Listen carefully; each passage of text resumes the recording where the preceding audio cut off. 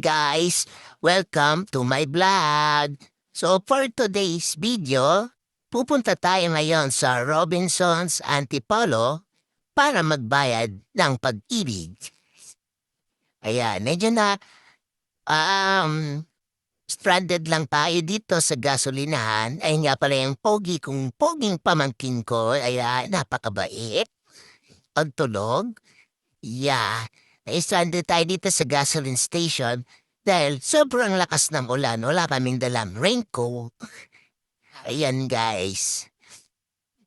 Ayan, sobrang lakas ng ulan. May bagyo ba?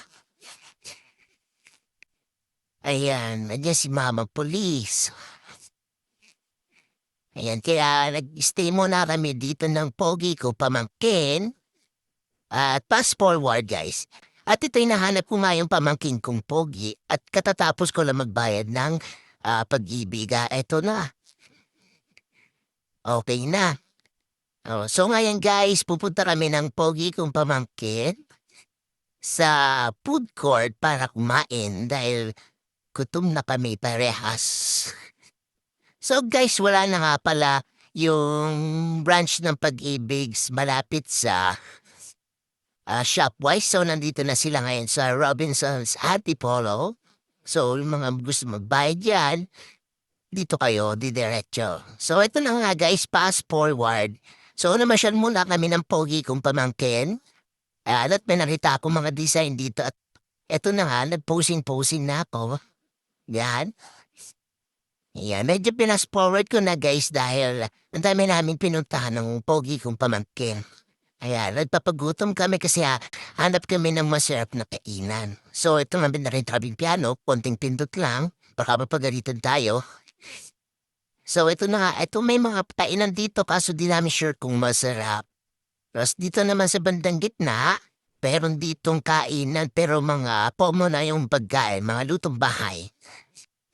Yan, try namin ito sa KFC dahil itong KFC subok na. Pero sabi ng pogi ko pamangkin, maiba naman daw kami pupunta para matikman naman itong bagong bukas din na Popeyes. So dito nga daw is masarap ang manok. Pero hindi pa rin nakakain dito yung pogi ko pamangkin na rinig-rinig lang daw niya. So yung price naman niya guys is affordable naman. Yeah, very competitive naman yung presyo nila sa market. So, mas mahal pa nga actually sa KFC. Yan, in-order na kami. Sabi ng pamangkin ko is, mag 2-piece chicken daw siya. Pero nagbago yung kanyang isip, so nag 1-piece chicken na lang daw. Dahil nahihiya daw siya sa akin. At ito na nga, hanap kami ng pwesto ng pamangkin kong pogi. At ito na nga, at kakain na kami guys. Yung part ng manok na in-order ko is breast part, alam nyo na. Iwas tayo sa mga masyadong matatabang part.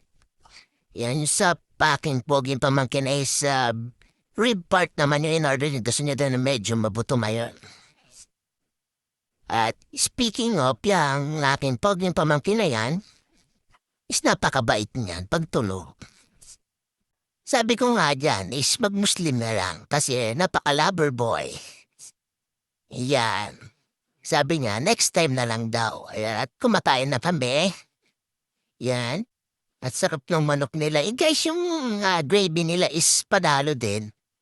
Masarap din yung gravy nila. Tsaka yung mashed potato nila. O baka naman po pace. Pa-deliver na lang dito kahit isang bucket lang ng manok. Ayan. So, yung pamangkin ko yan, kain na kain. Gutom na gutom siya. Habang ako naman ay kinakain at kinuubos ang mashed potato. At nasabi ko nga sa pamangkin ko na gagawa kami ng mashed potato. Homemade mashed potato. Ayan, sobrang gutom na kami that time. Katatapos lang naming magbayad sa pag-ibig. At ayun, habang parami kayo kumakain, hinuhusga namin lasa ng manok nila. So far, so good, guys. Kakaiba yung lasa niya, masarap. kumbaga ibang kasi sa Jollibee, alam na natin yung lasa ng mga manok. Patatlo na tapos na kaming kumain. At maglalakad-lakad muna kami. At ito na nga guys, nagutom na naman kami after maglakad-lakad sa mall. So dumiretso naman kami na yun sa Shakey's. Kasi parang hindi kami masyadong nabusog dun sa Popeyes. So, ayan, more na yung aming poging pamangkin. So, natawag na nga kami ng crew.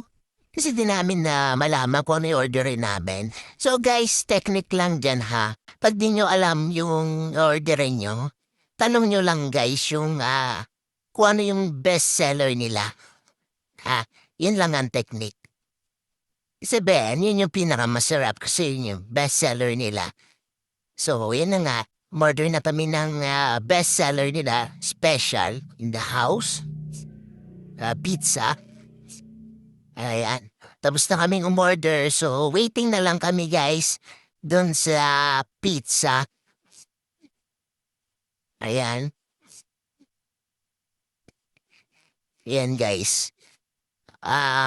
Medyo matagal lang talaga dahil made to order talaga yung pizza nila guys. So yun nga guys, tapos na kaming kumain that time. Na fast forward na naman. So pauwi na kami niyan. So abang before kami mo picture-picture muna. Ayan, posing-posing. Ayan. So yun lang guys. Pauwi na rin kami. Kasi baka abuta kami ng malakas na ulan.